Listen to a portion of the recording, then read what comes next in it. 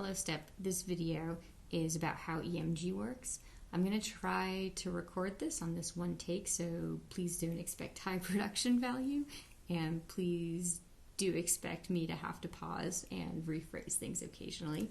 You have those fast forward buttons and whatnot up there to take care of that. Okay, so the human body is made up of cells, and what I have here is a schematic of a particular kind of cell called a neuron. Neurons take in information in the form of chemical messengers.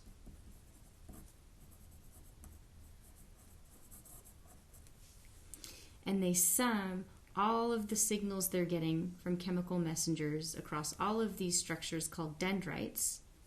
They sum them all, and when they rise to significance, they convert them into a voltage.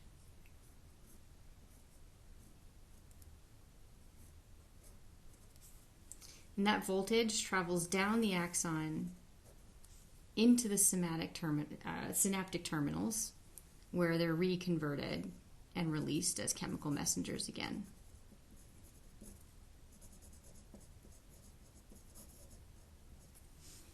And this process of chemical messenger signaling into a voltage and back into chemical messengers is how information flows from neuron to neuron.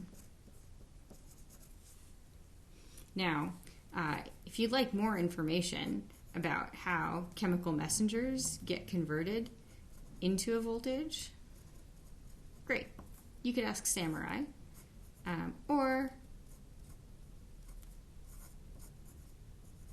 that's Sam with short hair. There's me with the ponytail. You could ask Samurai, or you could Google the phrase action potential.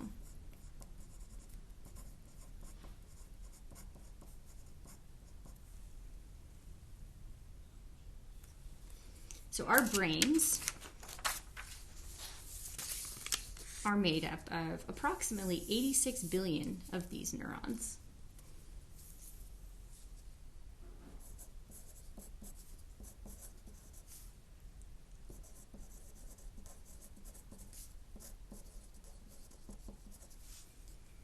And just for scale, a neuron, the soma or the nucleus looking thing of the neuron, is probably something like 10 microns across,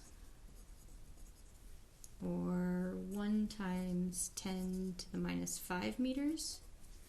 And a human brain is probably something, is probably something like 150 millimeters across, might be close to an average, or 1.5 times 10 to the minus 1 meters. So we have packages of these neurons all over the place, and they're communicating back and forth with one another.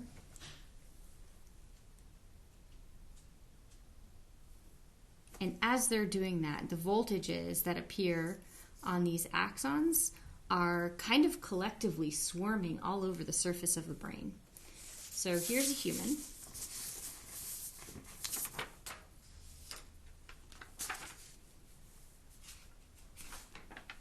And this human has a brain inside. Here's his brain.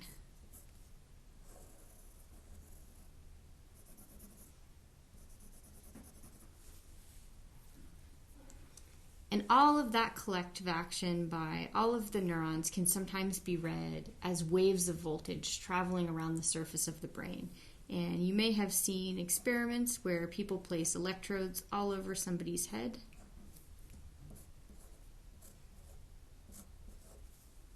This is called EEG. EEG stands for electroencephalogram.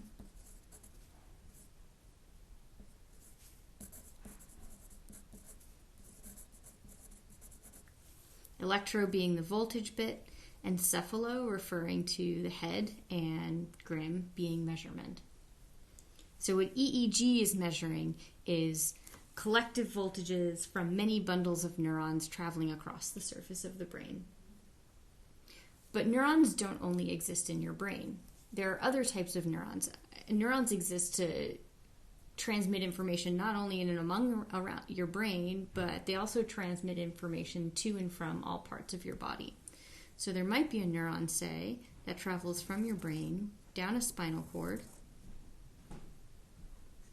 into your arm and terminates on a packet of muscle cells. A neuron that is designed to control muscle cells is called a motor neuron.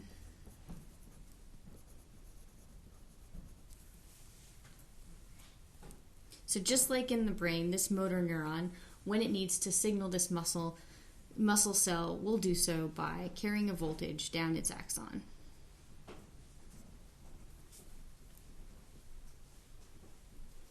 It turns out that muscle cells also have a voltage. The resting potential of a neuron is about minus 70 millivolts, and the resting potential of a muscle cell is also about minus 70 millivolts. I forgot to tell you on the neuron side, on the neuron slide, that when the change in voltage, I'm going to do that up here, the change in voltage for a neuron, when it's resting, it's at about minus 70 millivolts. And at the peak change in voltage, it'll go up to about plus 30 millivolts, something like that. So we're talking about a change in voltage of about 100 millivolts. So muscle cells also have a resting potential of around minus 70 millivolts. And they'll use chemical energy stored within the cell to transduce this signal from the motor neuron into mechanical energy in the form of a muscle contraction.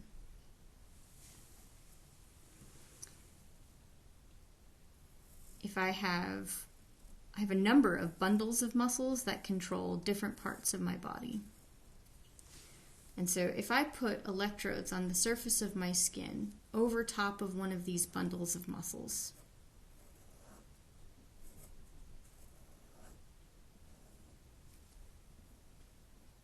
all of these are wires very neatly going into a computer.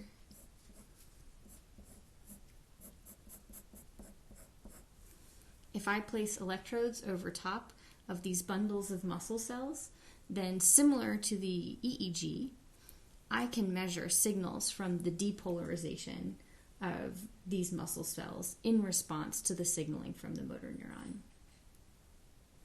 And that's all EMG is measuring the depolarization of these bundles of muscle cells. Oh, and I didn't say that EMG is electromyography.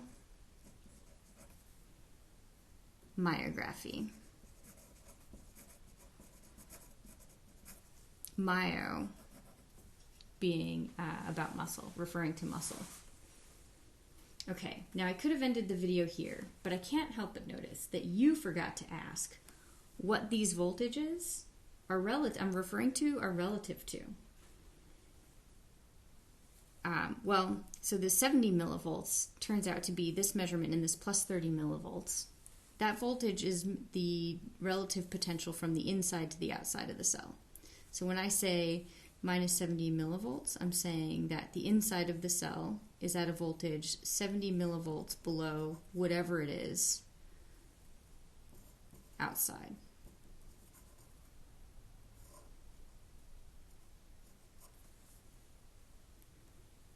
You might also want to ask something like, well, how big are the voltages that we should expect to measure in EMG? How big are the voltages in these bundles of muscle cells? I think you know enough. I think this video so far is enough to describe generally the practice of EMG and what we might be measuring. If you want to know that more difficult question about how big these voltages should be, then my request is that you bring Samurai cookies and we will explain that to you. Or maybe we don't know the answer to that and it's just a ploy for you to bring us cookies. You'll have to find out.